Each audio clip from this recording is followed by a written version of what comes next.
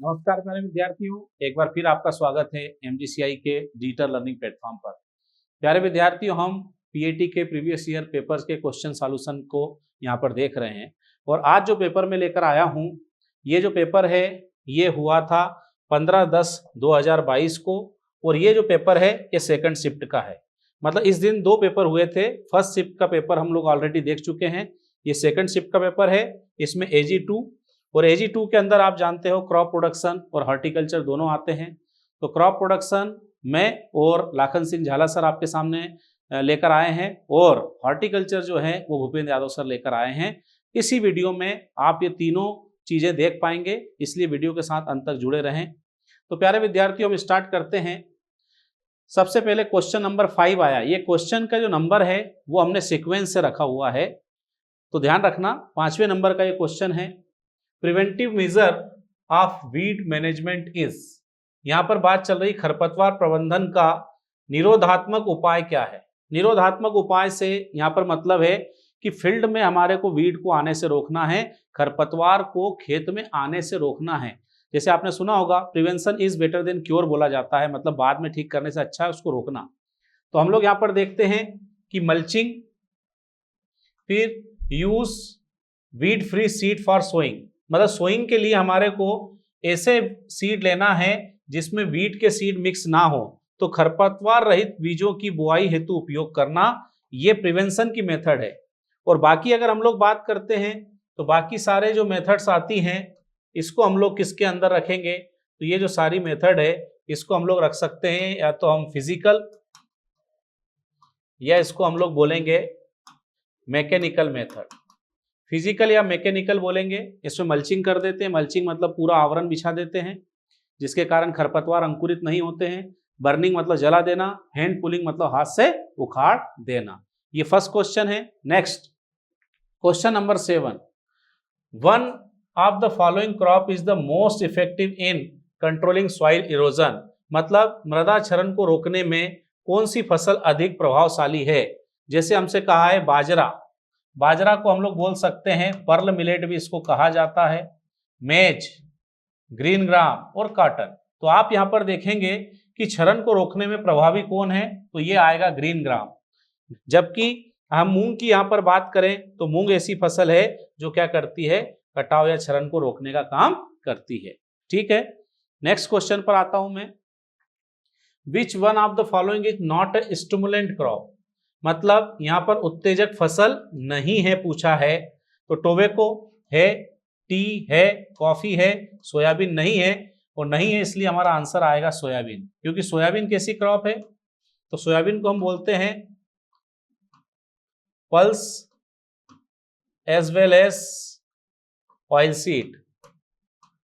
Soybean ऐसी crop है जिसको हम दलहन तिलहन दोनों में रखते हैं। दलहन में भी इसे रखा जाता है एवं तिलहन में भी इसे रखा जाता है। दोनों तरह की ये फसल मानी जाती है सोयाबीन। बाकी सारी जो फसलें हैं इनको हम बोलेंगे कि स्टिमुलेंट क्रॉप होती हैं, उत्तेजक फसल होती हैं। ठीक है, नेक्स्ट क्वेश्चन पर आता हूं। Maximum water holding capacity is found in which type of soil, किस प्रकार की मिट्टी में सबसे अधिक जल धारण क्षमता होती है। अब जल धारण क्षमता मतलब वाटर होल्डिंग कैपेसिटी इसको बोला जाता है। अब वाटर होल्डिंग कैपेसिटी में हम लोग यहां पर देखते हैं कि सॉइल के जो पार्टिकल्स होते हैं, सॉइल पार्टिकल का जो साइज होता है इसकी बात अगर हम लोग करते हैं, स्मॉल है और लार्ज है, तो हम लोग बात करेंगे कि वाटर होल्डिंग कैपेसिटी अगर सॉइल पार्टिकल स्मॉल है तो ये ज़्यादा होगी और लार्ज साइज के हैं तो वाटर होल्डिंग कैपेसिटी कम होगी। तो हम यहाँ पर देखते हैं कि पार्टिकल का साइज सबसे छोटा किसका है, तो क्ले का है। इसलिए हम लोग यहाँ पर आंसर लगाएंगे चिकनी मिट्टी या क्ले, इसकी वाटर होल्डिंग कैपेसिटी ज़्यादा रहेगी। क्योंकि पार्टिकल का साइज जब छोटा होता है तो जो माइक्रोपोर्स है इनका परसेंटेज ज़्यादा होता है और जितने ज़्यादा माइक्रोपोर्स होंगे, सूक्ष्म रंध्र होंगे, उतनी ज़्यादा होगी जल धारण क्षमता या वाटर होल्डिंग कैपेसिटी। ठीक है, नेक्स्ट क्वेश्चन पर आते हैं 19, the crop required least amount of water to grow. हम बोल रहे हैं कि फसल जिसे उगाने के लिए सबसे कम पानी की मात्रा की आवश्यकता होती है वो फसल कौन सी है। तो हम यहाँ पर देखते हैं जैसे मेज, तो मेज में आप जानते हो 65 to 70 सेंटीमीटर ये इसकी वाटर रिक्वायरमेंट है। ग्वार की अगर हम लोग देखें तो हम देखेंगे कि 30 to 50 सेंटीमीटर है। फिर हम लोग देखते हैं बाजरा, तो 25 से 40 सेंटीमीटर है। और ज्वार की अगर देखा जाए तो 45 to 60 सेंटीमीटर है। तो यहाँ पर आप देखेंगे कि लिस्ट मतलब सबसे कम किसको चाहिए, तो बाजरा को चाहिए। बाजरा मतलब हम लोग बोल सकते हैं पर्ल मिलेट, और ग्वार मतलब होता है क्लस्टर बीन। ग्वार मतलब क्लस्टर बीन है और बाजरा मतलब पर्ल मिलेट है, तो सबसे कम होती बाजरा की। और ज्वार को हम लोग बोलते हैं सोरगम। इसी तरह के ऑप्शन मेन पेपर में आए थे भाई। जो इंग्लिश मीडियम के लोग सोच रहे होंगे कि यहाँ ज्वार बाजरा ग्वार लिखा हुआ है, तो ऐसा ही एग्जाम में आया था, इसलिए मैंने क्वेश्चन रखा, बाकी इनका मीनिंग मैंने आपको बता दिया। ठीक है, नेक्स्ट क्वेश्चन पर हम चलते हैं। Slow release nitrogen fertilizers are, मतलब हम यहाँ बोल रहे हैं मंद गति से नाइट्रोजन मुक्त करने वाले उर्वरक कौन से हैं। तो सबसे पहले हम लोग बात कर रहे हैं कि नीम कोटेड यूरिया, ये बिल्कुल है। लाख कोटेड यूरिया, ये भी बिल्कुल है। ये दोनों को हम लोग बोलते हैं कि ये होते हैं स्लो रिलीज, इनको स्लो रिलीज बोला जाता है। साथ में ये जो थायो यूरिया है इसको क्या बोलते हैं, इसे बोला जाता है नाइट्रिफिकेशन इनहिबिटर। मतलब ये नाइट्रिफिकेशन को क्या कर देते हैं, रोक देते हैं अस्थायी रूप से। तो आप लोग देखोगे आंसर में आ जाएगा तीनों। आंसर में हम लोग देख रहे हैं ऑल ए बी एंड सी, इसलिए हमने आंसर दिया है ऑल ए बी और सी। तीनों में ही धीरे धीरे नाइट्रोजन पौधे को मिलेगी। ठीक है, नेक्स्ट क्वेश्चन पर आता हूं मैं। Which loan taken for purchasing the tractor by the farmer, tractor को परचेस करने के लिए, ट्रैक्टर खरीदने के लिए कौन सा ऋण लिया जाता है।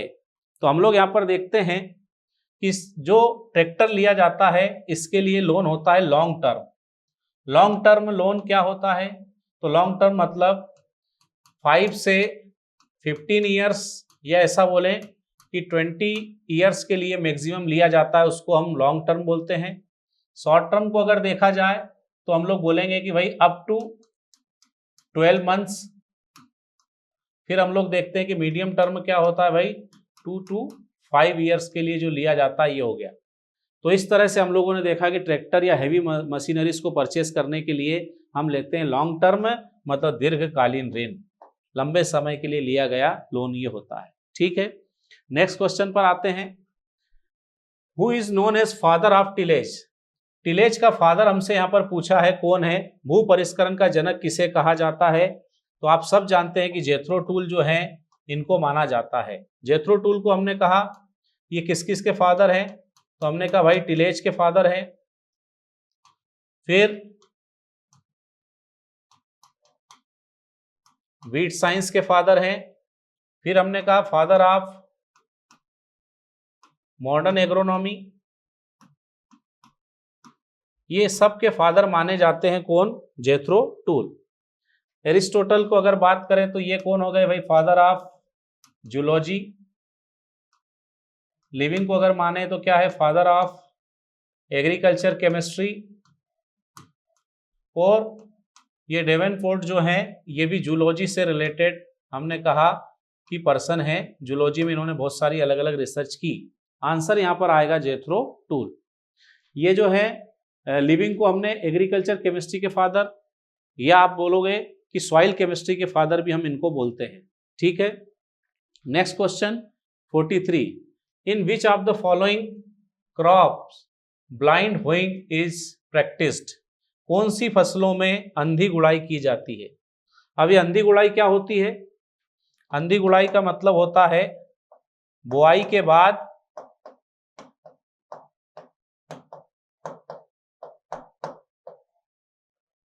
और अंकुरन के पहले, after sowing but before germination, हम जो प्रैक्टिस करते हैं उसकी बात हो रही है। और ये मेनली रिलेटेड है शुगर केन से, गन्ने से ये संबंधित है। और ये आती किस में है, तो इसको हम लोग रखते हैं in secondary tillage. Secondary tillage में आने वाली प्रैक्टिस है। सेकेंडरी टिलेज में हम लोग इसको रखते हैं। क्या होता है कि शुगर केन में जर्मिनेशन थोड़ा सा लेट होता है, तो शुगर केन के जर्मिनेट होने के पहले आप देखोगे सॉइल की सरफेस पर बहुत सारे वीड जो है जर्मिनेट हो जाते हैं। तो हम वो वीड कंट्रोल करने के लिए और जर्मिनेशन इजीली हो जाए, इसके लिए क्या करते हैं, बिफोर जर्मिनेशन या सॉइल में से सीड के या प्लांट के इमर्ज होने के पहले ही हम लोग हेरो चला देते हैं, इसलिए इसको बोला जाता है ब्लाइंड टिलेज और ब्लाइंड होइंग। ठीक है, next question, the partial root parasite weed is, हमसे बोल रहा आंशिक जड़ परजीवी खरपतवार कौन सा है। तो इसके लिए हम लोग एक छोटी सी ट्रिक देखते हैं, वो है CLOS, क्लोज। अब यहां पर अगर क्लोज को देखें तो C मतलब होता है कस्कुटा, L मतलब लोरेंथस, फिर आता है O, इसको हम बोलते हैं ओरोबंच, और S मतलब स्ट्राइगा। ये हमने कहा कैसे होते हैं, पैरासिटिक वीड होते हैं। इसमें भी आप देखेंगे कि जो ऊपर वाले दोनों हैं ये स्टेम पैरासाइट होते हैं, और ये नीचे जो दोनों लिखे हैं ये हैं रूट पैरासाइट। और इसमें भी हम लोग देखें कस्कुटा क्या है, ये होता है टोटल स्टेम पैरासाइट। लोरेंथस क्या है, ये है पार्शियल स्टेम पैरासाइट। ओरोबंग क्या है, ये है टोटल रूट पैरासाइट। और स्ट्राइगा क्या है, ये है पार्शियल रूट पैरासाइट। मतलब पूर्ण तना परजीवी, आंशिक तना परजीवी, पूर्ण जड़ परजीवी और आंशिक जड़ परजीवी। तो हमसे यहाँ पर क्वेश्चन में जो पूछा है वो पूछा है पार्शियल रूट पैरासाइट। तो पार्शियल रूट पैरासाइट ये है, और इसका नाम क्या है, तो स्ट्राइगा। यहाँ पर आंसर हो जाएगा स्ट्राइगा, ये है पार्शियल रूट पैरासाइट। बहुत इजी हो जाएगा, अगर आपने इस ट्रिक को ध्यान में रखा तो बहुत आसानी से आप इसका आंसर दे पाएंगे। ठीक है, next question, land development bank provide which type of loan, भूमि विकास बैंक किस अवधि का ऋण प्रदान करती है। तो थोड़ा सा लैंड डेवलपमेंट बैंक के बारे में हम लोग अगर देखें तो फर्स्ट टाइम जो है ये 1920 में कहां पर इसको एस्टेब्लिश किया था सबसे पहले, तो पंजाब में, झांग पंजाब। लेकिन वहां पर ये क्या हो गया था भाई, ये असफल हो गया था, फेल हो गया था। तो फिर हम लोग देखते हैं इन 1929, इसलिए 1929 आपको हमेशा मिलेगा कहां पर, तो चेन्नई, जिसको पहले कहा जाता था मद्रास, वहां पर इसको जो है एस्टेब्लिश किया गया था। और ये किस तरह का लोन हमारे को देती है भाई, तो हम लोग देखते हैं कि ये आप देखेंगे कि हमारे को शॉर्ट टर्म लोन देने का काम नहीं करती। लैंड डेवलपमेंट बैंक जो है शॉर्ट टर्म लोन नहीं देती है, मीडियम टर्म आजकल देने लगी, पहले नहीं देती थी। पहले इसका काम था ओनली लॉन्ग टर्म, मतलब केवल ये दीर्घकालीन ऋण प्रदान करने वाली बैंक थी। मीडियम टर्म भी आजकल दे देती है, लेकिन शॉर्ट टर्म इससे नहीं मिलता है। ठीक है, next question, what is the actual area of 1 hectare, 1 hectare में वास्तविक क्षेत्रफल कितना होता है। ये बहुत ही सिंपल है, आप सभी को याद भी होगा मेरे हिसाब से, 10,000 वर्ग मीटर बोला जाता है। और अगर हमसे 1 एकड़ पूछ लेता है तो 1 एकड़ में क्या होता है, तो आप देखेंगे 43,560 वर्ग फुट, ये होता है 1 एकड़ में। और हेक्टेयर में कितना होता है, तो 10,000 वर्ग मीटर। ठीक है, नेक्स्ट क्वेश्चन पर आता हूं, which is not a broad leaf weed, कौन सा हम लोग देखते हैं सकरी पत्ती वाला खरपतवार नहीं है। आप यहां पर देखोगे ऊपर ब्रॉड लीफ लिखा हुआ है, नीचे लिखा हुआ है सकरी पत्ती वाला, इसीलिए क्वेश्चन जो है ये कैंसिल हो गया था, ये क्वेश्चन कैंसिल हो गया। अब हम लोग मानते हैं कि यहां पर हमसे पूछा जा रहा है which is not a broad leaf weed, कौन सा ब्रॉड लीफ नहीं है, ये इंग्लिश में दिया, हिंदी में कहा कौन सा सकरी पत्ती वाला नहीं है। हम यहाँ पर बात करते हैं कि ये जो क्वेश्चन है इसके हिसाब से हम लोग बोलते हैं, हिंदी में अलग है, इंग्लिश में अलग है, हम नैरो लीफ की बात करते हैं। अगर क्वेश्चन को सही करके हमारे को आंसर करना है तो नैरो लीफ हम बोलते हैं या सकरी पत्ती वाला नहीं है। तो आप देखेंगे कि फ्लेरिस माइनर ये नैरो लीफ है, फिर हमने कहा सेकेरम स्पॉन्टेनियम ये भी नैरो लीफ है, साइनोडॉन डेक्टाइलॉन ये भी नैरो लीफ है, लेकिन ये जो है चिनोपोडियम एल्बम ये ब्रॉड लीफ है। तो ब्रॉड लीफ है मतलब ये चौड़ी पत्ती वाला है और बाकी तीनों सकरी पत्ती वाले हैं, तो इसलिए हम लोग बोलते हैं कि आंसर यहाँ पर ये दे देंगे इसको ठीक करके। समझ गए? ये क्वेश्चन कैंसिल हो गया था इसलिए क्योंकि अलग अलग यहाँ पर इसके अर्थ निकल रहे हैं, मतलब निकल रहे हैं। ये मैंने मेन पेपर से क्वेश्चन को रखा है, इसलिए आप यहाँ पर देख पा रहे हैं कि इसका स्ट्रक्चर ही गलत हो रहा है। इंग्लिश में अलग मतलब है, हिंदी में अलग। ठीक है, next question. Short term loan is given for which period. अभी हमने बात की थी कि शॉर्ट टर्म जो है ये कितने टाइम के लिए दिया जाता है भाई, तो हमने कहा था कि भाई 0 to 12 मंथ ये होता है, लेकिन मैक्सिमम इसका अगर देखा जाए तो 15 मंथ जो है ये हो सकता है। तो हम लोग यहाँ पर देखेंगे कि यहाँ पर आंसर आ जाएगा 0 to 15 मंथ, ये हो गया। ठीक है, तो ये शॉर्ट टर्म क्रेडिट का हो गया, शॉर्ट टर्म लोन के लिए हो गया। आगे बढ़ते हैं, नेक्स्ट क्वेश्चन है which of the following is use for controlling aquatic weed. Aquatic weed मतलब जलीय जो खरपतवार होते हैं इनका हमारे को नियंत्रण करना है। जलीय खरपतवार जैसे कि हम लोग बात करते हैं जलकुंभी है, हाइड्रिला होता है, इनको हमने कहा जलीय खरपतवार। इनको नियंत्रित करने के लिए ये दो मेथड तो बड़ी फेमस है, ड्रेडजिंग एंड चेनिंग। ये दोनों मेथड को यूज करते हैं, मशीनें आती, इससे आपने देखा होगा कि ऊपर की सरफेस से इस तरह वीड को इकट्ठा करती है, चेन चलती है ताकि अंदर जो वीड होते हैं वो भी इसके अंदर फंस के ऊपर आ जाते हैं, ये तो है ही। इसके अलावा हर्बिसाइड भी हम लोग यहाँ पर यूज कर सकते हैं, इसलिए आंसर आएगा ऑल ए बी एंड सी, तीनों जो है यहाँ पर आंसर हो जाएंगे। ये इसका उत्तर हो गया भाई 65 का। आगे चलते हैं नेक्स्ट क्वेश्चन की तरफ। Question number 67, for weed control in pulse suitable herbicide is. Pulse crop के लिए हम बात कर रहे हैं कि सुटेबल हर्बिसाइड कौन सा है। अच्छा, हमने कहा शाकनाशी कौन सा है, तो आप यहाँ पर देखेंगे इसके लिए आता है फ्लूक्लोरेलिन। फ्लूक्लोरेलिन जो है ये बहुत अच्छा माना जाता है।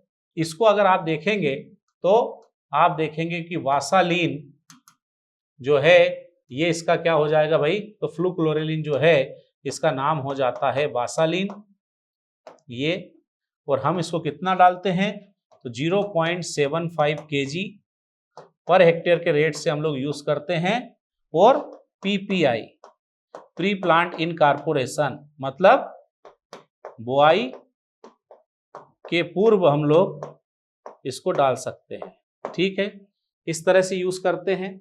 बाकी अगर हम लोग देखें 2,4-D तो चौड़ी पत्ती के लिए है, इसलिए पल्स क्रॉप में इसको डाला नहीं जा सकता है, ब्रॉड लीफ के लिए होता है, तो 2,4-D नहीं आएगा। नेप्रोपामाइड ये क्या है भाई, सिलेक्टिव हर्बिसाइड है और इसको हम लोग यूज करते हैं broad leaf and narrow leaf जो वीड्स होते हैं दोनों में यूज होता है। और ग्लाइफोसेट जो है इसको आप जानते ही है, ग्लाइफोसेट जो है क्या काम में आता है, तो इसको हम लोग बोलते हैं टोटल किलर। ये तो सभी को मार देता है, इसलिए हमारा आंसर हो जाएगा फ्लूक्लोरेलिन। ठीक है, चलिए तो हम लोग चलते हैं नेक्स्ट क्वेश्चन की तरफ। 73, duration of crop loan is mostly. फसल ऋण की अवधि प्रायः होती है क्रॉप लोन हम लोग केसीसी को भी बोलते हैं, केसीसी मतलब किसान क्रेडिट कार्ड। और ये हमेशा कैसा होता है भाई, शॉर्ट टर्म होता है, क्योंकि क्रॉप के लिए दिया जाता है, इसलिए हम लोग बोलेंगे कि ड्यूरेशन इसका शॉर्ट टर्म होता है। अभी हमने बात की थी 0 to हम लोग बोलते हैं 12 मंथ, मैक्सिमम कितना होगा 15 मंथ। ठीक है, ये हो गया क्रॉप लोन। नेक्स्ट क्वेश्चन पर आते हैं, standard length of Günter chain. Günter chain अगर देखा जाए तो अगर हम लोग यहाँ पर बात करते हैं कि भाई जो इंजीनियरिंग चेन है इंजीनियरिंग चेन की लेंथ कितनी होती है 100 फीट। रेवेन्यू चेन जो है इसकी कितनी लेंथ होती है तो 33 फीट, और गंटर की कितनी है तो 66 फीट। 90 फीट ऐसा हमारे को देखने में मिलता नहीं है कि इतने फीट की कोई सी चेन है, तो गंटर चेन की लेंथ कितनी हो जाएगी 66 feet. Next question, which type of loan provided by cooperative credit society, सहकारी साख समिति किस प्रकार का ऋण प्रदान करती है। तो सहकारी साख समिति जो है आप लोग देखेंगे मीडियम टर्म देती है, शॉर्ट टर्म देती है, लॉन्ग टर्म नहीं देती है, इसलिए दोनों है तो शॉर्ट एंड मीडियम टर्म जो है ये हमारा आंसर हो जाएगा। अल्पकालीन भी देती है और मध्यकालीन भी देती है, दीर्घकालीन ऋण ये प्रदान नहीं करती है, दीर्घकालीन ऋण प्रदान नहीं करती है, इसलिए यहां पर हमारा आंसर क्या आएगा भाई, शॉर्ट और मीडियम दोनों आ जाएगा। ठीक है, नेक्स्ट क्वेश्चन पर आता हूं मैं। What is the disc angle of good plough, एक अच्छे हल का डिस्क कोण कितना होता है। तो अच्छे हल का डिस्क कोण होता है 42 से 45 डिग्री, और ये जो डिस्क कोण होता है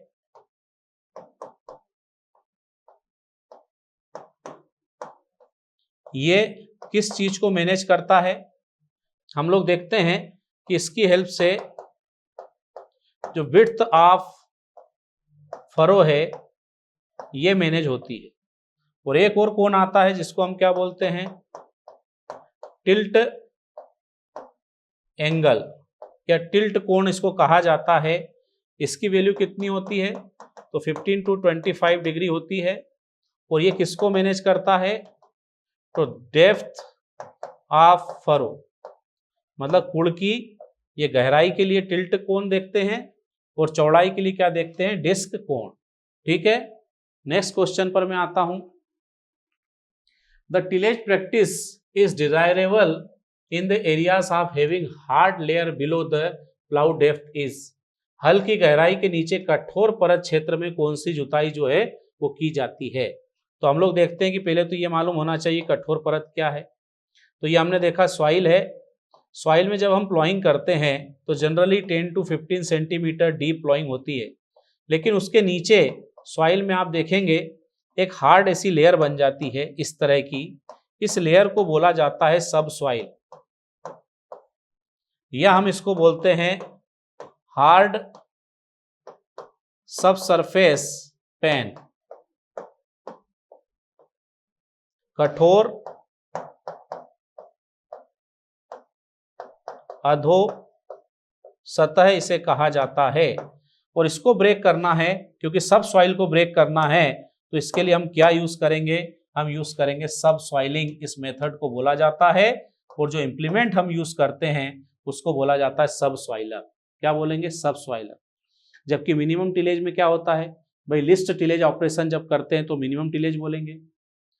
कंजर्वेशन टिलेज में हम बहुत ही कम टिलेज ऑपरेशन करते हैं, जीरो टिलेज भी एक तरह से हो सकता है, इसमें सॉइल का, मॉइस्चर का, ऑर्गेनिक मैटर का कंजर्वेशन होता है, और कंजर्वेशन टिलेज का ही एक तरह से नाम हो सकता है जीरो टिलेज। ठीक है, नेक्स्ट क्वेश्चन पर आता हूं।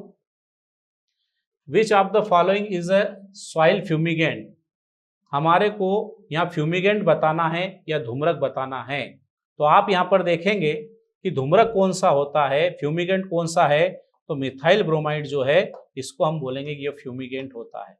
मिथाइल ब्रोमाइड में से क्या होता है, जब इसको यूज करते हैं तो पॉइजनस गैस निकलती है, विषैली गैस निकलती है, और दम घुटने से आप देखोगे कि पौधे की मृत्यु होती है। तो उस तरह से यहाँ पर आएगा मिथाइल ब्रोमाइड। बाकी 2,4-D और प्रोपेनिल की अगर हम लोग बात करें तो ये कैसे होते हैं, ये सिस्टेमिक है। और डाइक्वाइट कैसा होता है, तो ये कॉन्टेक्ट हर्बिसाइड है। ठीक है, और फ्यूमिगेंट में आएगा मिथाइल ब्रोमाइड। ठीक है बच्चों, आगे बढ़ते हैं। नेक्स्ट क्वेश्चन है, kharif crop can be described as the crop which are sown with the beginning of season, मतलब खरीफ फसलों को उन फसलों के रूप में वर्णित किया जा सकता है जो मौसम की शुरुआत के साथ बोई जाती है। तो खरीफ फसलें अगर हम लोग देखें तो कब सोइंग होती है भाई, 15 जून टू 15 जुलाई। और 15 जून टू 15 जुलाई में हम सोइंग कर रहे हैं, तो ये कौन से सीजन की बिगिनिंग है, तो आप देखोगे वर्षा ऋतु की शुरुआत होती है, तब हम लोग इसको करते हैं। जबकि अगर हम लोग बात करते हैं भाई कि यहाँ पर बात की जा रही शरद, तो शरद में तो क्या होता है भाई, अक्टूबर नवंबर में हम लोग ये जो क्रॉप है इनकी सोइंग करते हैं। फिर क्या बात हो रही है, ग्रीष्म ऋतु, तो मार्च अप्रैल में हम लोग इन क्रॉप की सोइंग करते हैं।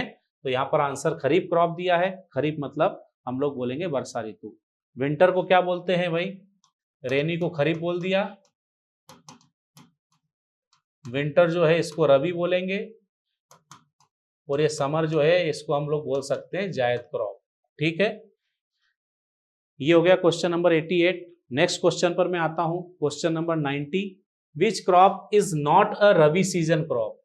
इनमें से कौन सी रबी ऋतु की फसल नहीं है, रबी की और नहीं बोल रहा है।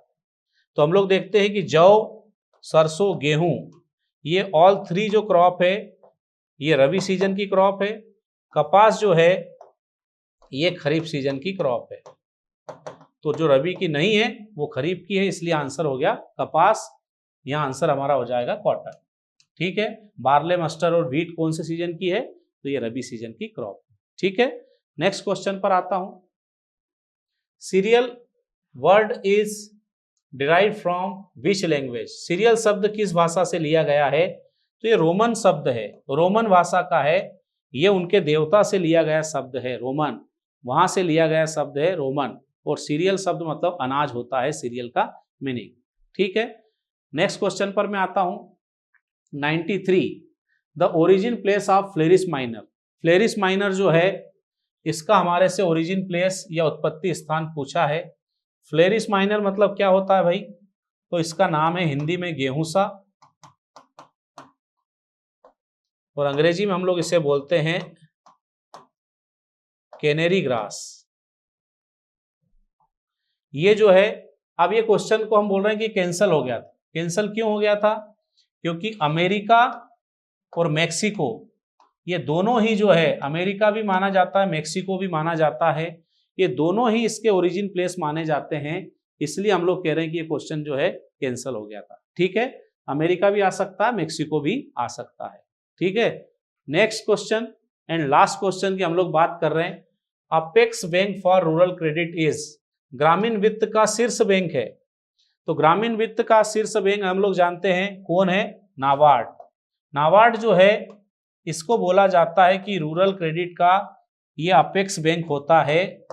12 जुलाई 1982 जो है उसमें ये जो बैंक है ये ओपन हुआ था, और इसका हेडक्वार्टर अगर देखा जाए कहां पर है, तो मुंबई में है। ये एक तरह से हम लोग बात करेंगे कि आरबीआई का ही पार्ट होता है, जो एग्रीकल्चर से रिलेटेड जो क्रेडिट होती है, कृषि क्षेत्र के जो ऋण होते हैं, ग्रामीण क्षेत्र के जो ऋण है, सब्सिडी है, उसके लिए काम करता है। याद रखना यहाँ पर कि ये राज्य सहकारी बैंक भी जो है, स्टेट कोऑपरेटिव बैंक भी जो है, ये भी अपेक्स कहलाती है, लेकिन ये कोऑपरेटिव बैंक की अपेक्स है। बाकी रूरल क्रेडिट की अगर बात करें तो उसका अपेक्स बैंक होगा NABARD, national bank for agriculture and rural development. ठीक है, तो इस तरह से मैंने क्रॉप प्रोडक्शन के क्वेश्चन आपके लिए लेकर आया था, ये सॉल्यूशन मैंने आपके लिए रखा। बचे हुए क्रॉप के क्वेश्चन लाखन सिंह झाला सर लेकर आएंगे, और उसके बाद हॉर्टिकल्चर के क्वेश्चन भूपेंद्र यादव सर आपके लिए लेकर आएंगे। वीडियो के साथ अंत तक जुड़े रहें और बहुत अच्छे से अपनी तैयारी करते रहें। स्वस्थ रहें, मस्त रहें, पढ़ते रहें। बहुत बहुत शुभकामनाएं। Thank you sir. जय हिंद, स्वागत है आपका MGCI के डिजिटल लर्निंग प्लेटफॉर्म पर। हम लोग बात कर रहे हैं प्रीवियस ईयर के क्वेश्चंस की, जो पिछली एग्जाम्स के अंदर पूछे जा चुके हैं। शुरुआत करते हैं हम आज के अपने प्रश्न की। क्या कह रहा है प्रश्न और क्या उसका आंसर रहेगा। जब भी हम लोग कोई एग्जाम देने जाएं तो हम लोगों को घबराने की जरूरत नहीं है। हमें प्रॉपर टाइम मिलता है किसी भी प्रकार के प्रश्न को सॉल्व करने के लिए। ठीक है, तो जब भी हमारे सामने प्रश्न आए तो न तो ज्यादा उत्तेजित होना है, न ज्यादा हताश होना है। पहले आप प्रश्न को ध्यान से पढ़िए कि क्वेश्चन के अंदर या प्रश्न के अंदर क्या पूछा जा रहा है। जैसे पहला प्रश्न है, ऑफसेट के निम्नलिखित तरीकों में से किसमें जमीन पर कम माप शामिल है। Which of the following methods of offset involve less measurement on the ground? इसमें ऑफसेट के हम लोगों को अलग अलग प्रकार दिए गए हैं। ऐसा कौन सा वो तरीका होगा जिसमें जो माप का जो क्षेत्र रहेगा वो कम रहेगा? ठीक है, पहला दिया है all involve equal measurement on the ground, सभी में जमीन पर बराबर माप शामिल है। ये जो दिए गए हैं नीचे के जो ऑप्शन, इसको छोड़कर 3 ऑप्शन जो दिए गए हैं, इन तीनों ऑप्शन में ऐसी विधियां दी गई है जिनमें बराबर क्या रहेगा, बराबर माप शामिल रहेगी। पहला ऑप्शन ये बोल रहा है।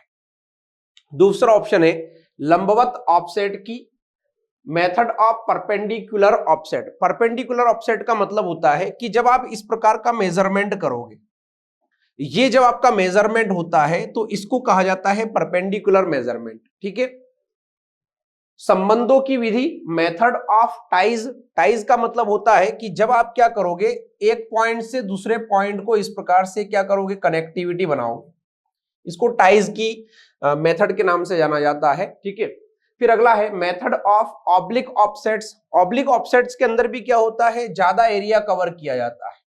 क्या किया जाता है, ज्यादा एरिया कवर किया जाता है।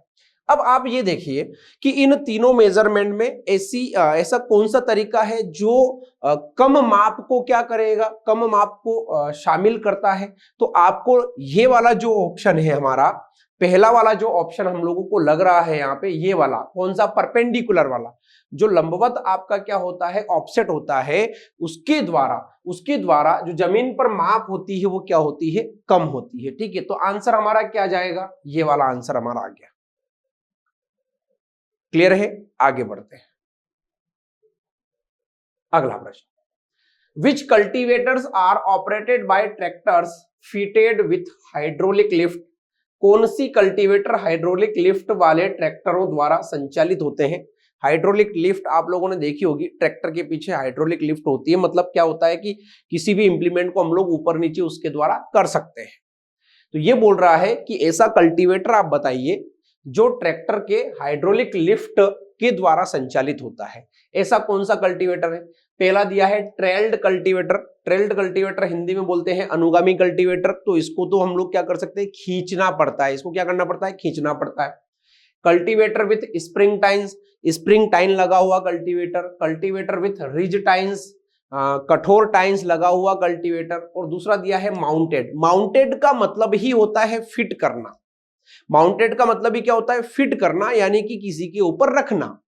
ठीक है, तो बात आ रही है हाइड्रोलिक लिफ्ट की, तो रखना मतलब रखकर उसको क्या किया जाता है, ऊपर उठा लिया जाता है। तो आंसर हमारा आ जाएगा माउंटेड कल्टीवेटर। कौन सा कल्टीवेटर आ जाएगा, माउंटेड कल्टीवेटर जो होता है वो ट्रैक्टर के हाइड्रोलिक सिस्टम के द्वारा क्या होता है, ऑपरेट होता है। बाकी ये जो और कल्टीवेटर दिए गए हैं, इनमें अगर आप हाइड्रोलिक सिस्टम का यूज न भी करोगे तो भी चलेगा। आगे बढ़े, अगला प्रश्न, विच प्राइमरी टिलेज ऑपरेशन। प्रश्न को ध्यान से पढ़ना। विच प्राइमरी टिलेज ऑपरेशन मतलब कहानी इसने यहां से शुरू की है, प्राइमरी टिलेज ऑपरेशन होना चाहिए। Is perform to cut, break and invert the soil partly और कंप्लीटली। मृदा को आंशिक रूप से या पूर्ण रूप से काटने, तोड़ने एवं पलटने के लिए कौन सा प्राथमिक जुताई ऑपरेशन किया जाता है। पहला दिया है हैरोइंग, दूसरा दिया है वेडिंग, तीसरा दिया है थ्रेशिंग और डी डेली दिया है प्लगिंग। तो इसमें थ्रेशिंग जो है ये तो भू परिष्करण का, इससे भू परिष्करण का कोई लेना देना नहीं है। ठीक है, क्योंकि भू परिष्करण का मतलब क्या होता है, जहां पर मृदा का यांत्रिक उलटफेर होता है। तो थ्रेशिंग तो गया काम से।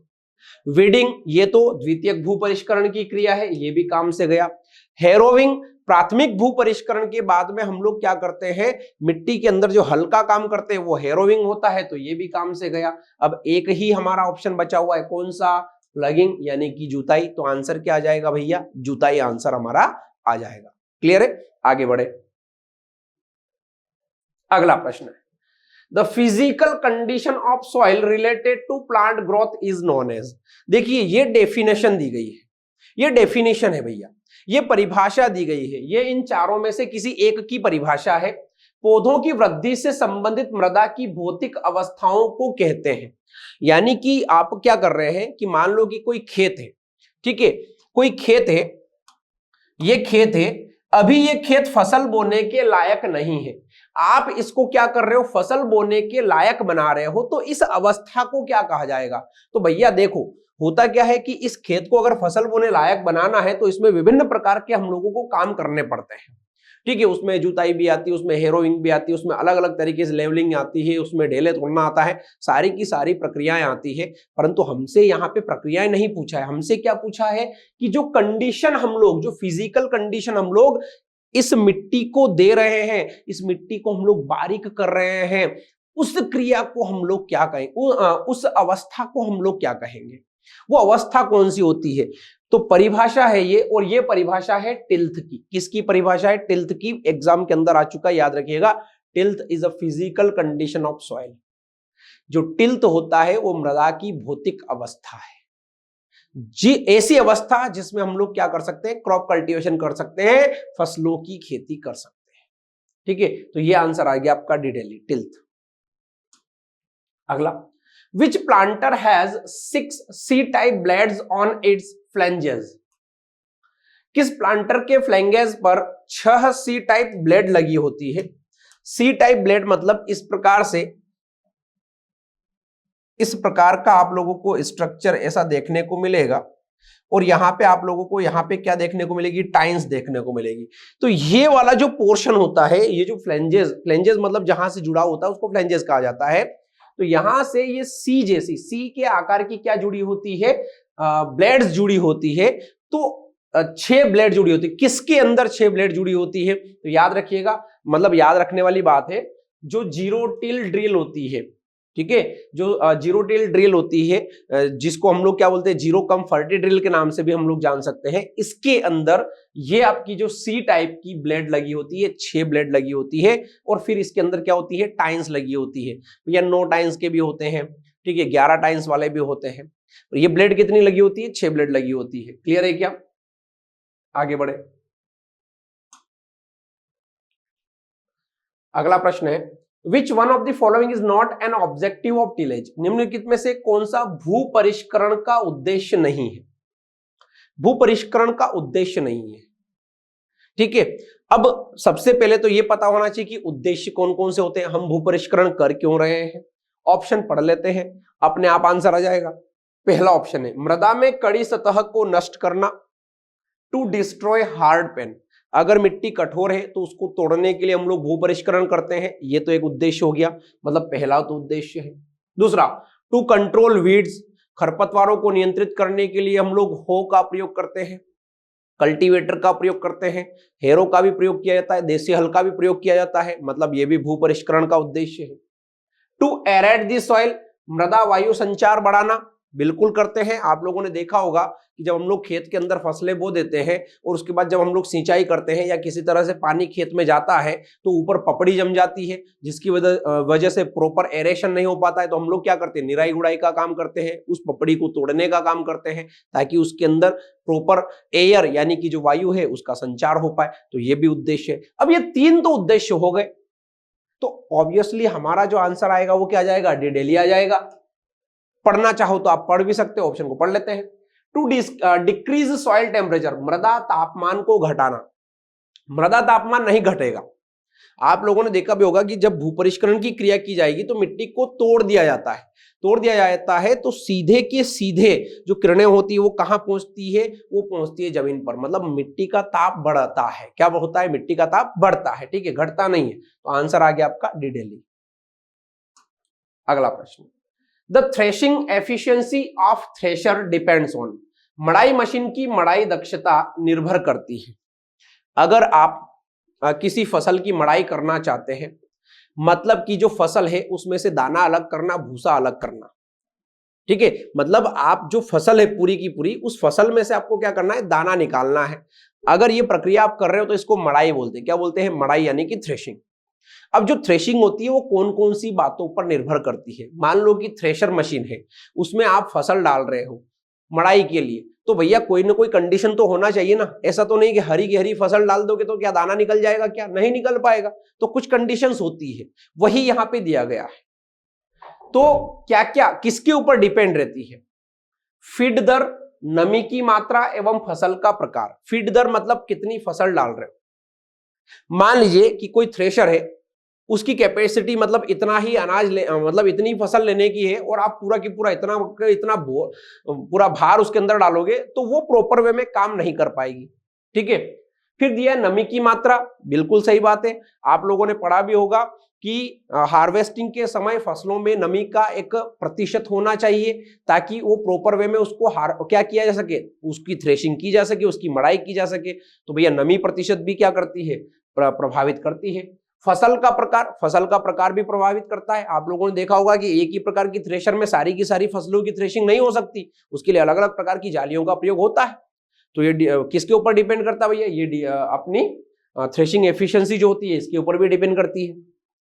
अगला बी बॉम्बे में दिया है सिलेंडर परिधीय गति, सिलेंडर पेरिफेरल स्पीड, सिलेंडर के अंदर गति कितनी है, अगर धीमी गति है तो भैया उसकी एफिशिएंसी कम होगी, तेज गति है तो एफिशिएंसी ज्यादा होगी। फिर है सिलेंडर अवतल निकासी, सिलेंडर कॉन्केव क्लियरेंस, भैया कितना बाहर निकाला जा रहा है, अगर वो सिलेंडर है वो जितनी भी मड़ाई कर रहा है वो पूरा की पूरा अनाज बाहर निकाल रहा है तो एफिशिएंसी ज्यादा होगी, अगर अनाज को बचा रहा है तो एफिशिएंसी क्या हो जाएगी, कम हो जाएगी। मतलब ए, बी और सी ये जो तीनों ऑप्शन है ये क्या करते हैं, ये प्रभावित करते हैं किसकी दक्षता को, मड़ाई दक्षता को। ठीक है, तो आंसर आ जाएगा आपका all A, B and C. अगला प्रश्न, what is the minimum diameter of seed and fertilizer tube in disc type furrow opener. Disc type जो फरो ओपनर होते हैं उनके अंदर जो सीड और फर्टिलाइजर की जो ट्यूब होती है उसका मिनिमम डायमीटर कितना रखा जाता है। मिनिमम डायमीटर देख लेते, व्यास देख लेते, मिनिमम व्यास कितना रखा जाता है। आप लोगों ने थ्रेशिंग तो देखी होगी, ठीक है। मान लीजिए कि ये है फर्टिलाइजर का बॉक्स, ये है बीज का बॉक्स, यहां पे आपका क्या हो गया भैया, फर्टिलाइजर हो गया, ये फर्टिलाइजर हो गया, यहां पे क्या हो गया, सीड हो गया। और आपको ये पता है कि यहां से इस प्रकार की टाइन्स जाती है, इस प्रकार से ये जुड़ाव होता है, ये ऐसा, ठीक है। और यहां पे क्या जुड़ी होती है भैया, यहां पे नली जुड़ी होती है, ये नली लगी होती है, यहां पे देखा होगा आप लोगों ने, ये नली लगी होती है, यहां पे ये यहां पे नली लगी है ये, ठीक है। तो ये बोल रहा है कि जो फर्टिलाइजर और जो सीड है, ठीक है, वो डिस्क टाइप, डिस्क प्रकार का, यहां पे टाइन्स मत लगाओ, यहां पे डिस्क लगा लो, यहां पे क्या लगा लो भैया, डिस्क लगा लो। तो डिस्क प्रकार का अगर फरो ओपनर है, जो फरो ओपनर है वो क्या है, डिस्क प्रकार का। फरो ओपनर मतलब ये नीचे का भाग, तो यहां पे आप डिस्क ही बना लो, इसको गोल गोल बना लो तो कोई दिक्कत नहीं है, डिस्क प्रकार का हो जाएगा। ये डिस्क प्रकार का हो गया, ये भैया ये गोल, ये डिस्क प्रकार का है। तो यहाँ पे जो ये नली है, ये ट्यूब है, इसका न्यूनतम व्यास कितना रखा जाता है, तो याद रखिएगा, याद रखने वाली चीज है, ये रटने वाली चीज नहीं है। 25 mm, कितना mm भैया, 25 mm, 2.5 सेंटीमीटर। अगर ये सेंटीमीटर में पूछ ले, आ सकता है, याद रखिएगा, अगर सेंटीमीटर में पूछ ले तो 2.5 सेंटीमीटर, 2.5 सेंटीमीटर। और अगर इंचेस में पूछ ले तो 1 इंच, अगर इंच में पूछ ले तो 1 इंच। अरे समझ में आ गया क्या, व्यास कितना होना चाहिए, 1 इंच का व्यास होना चाहिए इस ट्यूब का। तो 25 mm या 2.5 सेंटीमीटर या फिर आपका 1 इंच। क्लियर है, याद रखिएगा, इंपॉर्टेंट है, प्रश्न पूछा गया है एग्जाम के अंदर। आगे बढ़ते हैं। अगला, during survey the following information should be recorded in field book. सर्वेक्षण के समय निम्नलिखित सूचनाएं फील्ड बुक में अंकित करना चाहिए। यहां पे हम लोगों को अलग अलग प्रकार की सूचनाएं दी गई है। सर्वे जब किया जाता है, जब सर्वेक्षण किया जाता है, जो सर्वेयर होता है उसके हाथ में क्या होती है, एक फील्ड बुक होती है। उस फील्ड बुक के अंदर वो सारा के सारा डेटा नोट करता जाता है। क्लियर है क्या। अब जो दी गई इंफॉर्मेशन है, इनमें से कौन कौन सी इंफॉर्मेशन को शामिल करना चाहिए। पहला है सर्वेक्षण का क्षेत्रफल, जो आप सर्वे कर रहे हो क्या उसका क्षेत्रफल शामिल करना चाहिए, बिल्कुल करना चाहिए भैया, इसलिए तो सर्वेक्षण कर रहे हैं। दूसरा, सर्वेक्षण की तारीख, बिल्कुल कौन सी तारीख को सर्वेक्षण हुआ था ये भी उसके ऊपर अंकित होना चाहिए। मतलब कि पहला और दूसरा, ये दोनों के दोनों जो काम है ये सर्वेक्षण के अंदर शामिल, ये सर्वेक्षण बुक के अंदर शामिल करना चाहिए। तो आंसर आ जाएगा आपका ए आगरा। बहुत क्लियर है, आगे बढ़ते हैं। अगला, the process of separation of grain from mixture of grain and straw is known as, अनाज और भूसे के मिश्रण से अनाज को अलग करने को कहते हैं। हो क्या रहा है, हो क्या रहा है, यहां पे देखिए कि भैया ये बहुत सारा कचरा है, ये बहुत सारा कचरा है, यानी कि ये भूसा है, ये बहुत सारा कचरा है, भूसा है, और इसके बीच में यहां पे ये अनाज है, ये दाने हैं, इस कचरे में क्या है भैया, ये दाने हैं, यानी कि ये बीज। अब आपको इस कचरे को और इन बीजों को अलग करना है, तो आप कौन सी प्रक्रिया करेंगे? पहला है क्लीनिंग, सफाई, दूसरा है सेपरेशन, पृथक्करण, तीसरा है विनोइंग, सूप, और चौथा है ग्रेडिंग। देखिए चारों का मतलब एक जैसा होता है, चारों का मतलब एक जैसा है, चारों एक जैसे नहीं है, चारों का मतलब एक जैसा निकल रहा है। क्लीनिंग, सफाई, यही भैया सफाई कर रहे हैं मतलब दाना निकाल रहे हैं, सेपरेशन अलग अलग कर रहे हैं, विनोविंग अलग अलग कर रहे हैं, ग्रेडिंग मतलब भूसे को अलग कर दिया, दाने को अलग कर लिया, तो चारों का मतलब एक निकल रहा है। परंतु याद रखिएगा यहां क्या दिया गया है, इस मिश्रण में से दाने को अलग करना, भूसे को अलग करना, तो भूसे से दाने को अलग करना मतलब कि यहां पर प्रोसेस ये होगी, ये देखो आप क्या होगा कि यहां पर ये जो भूसा है, ये जो भूसा है ये क्या हो जाएगा, ये हल्का होने के कारण इस प्रकार से इसको प्राकृतिक या कृत्रिम रूप से वायु देकर इसको क्या कर दिया जाएगा, हटा दिया जाएगा, और जो दाना रहेगा वो भारी होने के कारण कहां आ जाएगा भैया, वो दाना भारी होने के कारण आ जाएगा नीचे। इस प्रक्रिया को कहते हैं ओसाई। क्या बोलते हैं? ये प्रक्रिया होती है ओसाई की प्रक्रिया, और ओसाई को ही आप लोग क्या बोलते हो, विनोविंग। ओसाई को ही क्या बोलते हो, विनोविंग कहते हो। तो आंसर क्या आ जाएगा भैया, विनोविंग। अरे क्या आ जाएगा, विनोविंग। क्लियर है, बहुत महत्वपूर्ण है, याद रखिए। आगे बढ़ते हैं, अगला है a system used to operate hand operated winnowing fan is. अगर आप हैंड ऑपरेटेड विनोविंग फैन वही ओसाई वाला पॉइंट आ गया। हाथ से चलने वाले पंखे को संचालित करने के लिए प्रयुक्त एक प्रणाली है। कौन सी प्रणाली का प्रयोग हम लोग यहां पे करेंगे? तो होता क्या है, देखिए ये हाथ से चलने वाला इस प्रकार का आपका एक फैन होता है, इस प्रकार की, इसके अंदर क्या होती है भैया, पंखुड़ियां लगी होती है, ठीक है। इस प्रकार से यहां पर आपका एक हैंडल लगा होता है, एक हैंडल भी लगा हो सकता है। ये यहाँ पे एक बॉडी बना रहा हूं मैं, इसकी पूरी एक बॉडी बना देता हूं जिसपे इसको क्या किया गया है, टिकाया गया है। देखिए होता क्या है कि ये जो होता है ये एक हैंडल होता है, इसके द्वारा ऑपरेट करके भी हम लोग क्या कर सकते हैं, यूज कर सकते हैं, ठीक है। तो पहला दिया गया है गियर सिस्टम। क्या गियर के द्वारा होता है? बिल्कुल होता है, गियर सिस्टम इसमें चलता है। Chain sprocket system, chain sprocket, एक चेन लगी होती है, बिल्कुल लगी होती है, चेन भी लगी होती है। वी बेल्ट पुली, जो पुली होती है वो लगी होती है, बिल्कुल। ये तीनों के तीनों ही सिस्टम इसके अंदर होते हैं। किसके अंदर? हैंड ऑपरेटेड के अंदर। किसके अंदर? हैंड ऑपरेटेड के अंदर। याद रखिएगा यहां पे अंदर, इसको थोड़ा बड़ा बना लेता हूं, यहां पे आप देखिए,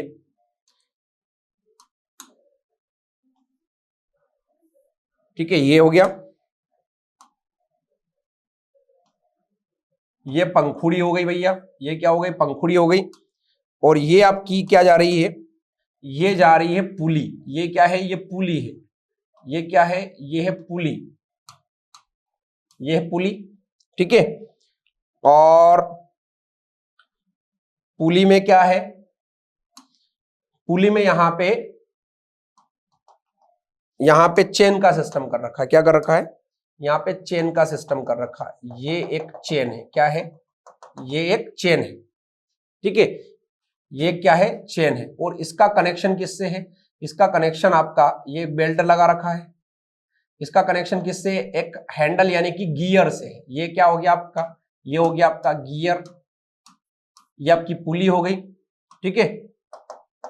और ये आपका क्या हो गया, इसको क्या बोल देंगे, इसको हम लोग बोलेंगे चेन स्प्रोकेट, चेन बोल देते हैं। क्या बोल देते हैं? चेन। तो यहां पे देखो आप, चेन है, पुली है और गियर है, तीनों ही प्रकार के सिस्टम का प्रयोग हो रहा है। जब हम लोग इसको घुमा रहे हैं तो इससे क्या हो रहा है कि भैया हवा, पंखा चल रहा है, पंखा चलने की वजह से क्या होगा, पंखे चलने की वजह से हवा आएगी, हवा की वजह से जब हम लोग अनाज को इस प्रकार से ऊपर से डालेंगे तो क्या होगा, जो भूसा रहेगा वो हल्का होने के कारण उड़ जाएगा, दाना भारी होने के कारण जमीन पे गिर जाएगा। क्लियर है? तो ये आंसर आ गया आपका ए आगरा। चलो अगला, बहुत सिंपल प्रश्न है, बहुत सिंपल प्रश्न है। Instrument used to establish points in the same horizontal plane, समान क्षैतिज मैदान में बिंदुओं को स्थापित करने के लिए उपकरण। समान क्षैतिज, एक प्लेन है, मतलब ये मान लीजिए कि ये एक प्लेन एरिया है, इसके बीच में आपको क्या करना है, इसके बीच में आपको क्या करना है, जो पॉइंट्स है उनको एस्टेब्लिश करना है। किसको एस्टेब्लिश करना है? पॉइंट को एस्टेब्लिश करना है। तो आप किसका प्रयोग करोगे? तो आप लोगों को पता होना चाहिए कि जब प्लेन सरफेस की बात होती है, जब किसकी बात होती है, प्लेन सरफेस की बात होती है, तो डंपी लेवल के द्वारा हम किसी अनड्यूलेटेड जगह को भी क्या मानते हैं, उसको भी हम लोग मानते हैं प्लेन सरफेस मानकर ही हम लोग क्या करते हैं, पॉइंट को हम लोग स्टेब्लिश करते हैं, यानी कि बिंदुओं को क्या करते हैं, स्थापित करते हैं। तो किसका प्रयोग किया जाएगा? हॉरिजॉन्टल प्लेन के लिए। तो ये तो डंपी लेवल, मतलब याद रखने वाली बात है ये। क्लियर है कि याद? कंपास का प्रयोग काय के लिए करते हैं? दिशा के लिए, डायरेक्शन के लिए, ये आपको पता है। ये काय के लिए करते हैं? डायरेक्शन के लिए करते हैं, ठीक है। और चेन का जो यूज होता है, आपको पता ही है कि चेन का जो यूज होता है वो क्या होता है भैया, वो भी सर्वे के लिए होता है। ये भी क्या होता है, सर्वे के लिए ही इसका प्रयोग करेंगे हम लोग। परंतु यहां पे पूछा गया है सेम हॉरिजॉन्टल प्लेन, एक ही जैसा जो प्लेन है अगर उसमें प्रयोग करना है तो डंपी लेवल का प्रयोग किया जाएगा बिंदुओं को स्थापित करने के लिए, पॉइंट को एस्टेब्लिश करने के लिए। तो आंसर आएगा ए आगरा। अगला प्रश्न है, instrument used for setting right angle in the field during survey. Survey के दौरान उचित कोण राइट एंगल पूछा है यहां पे। तो राइट एंगल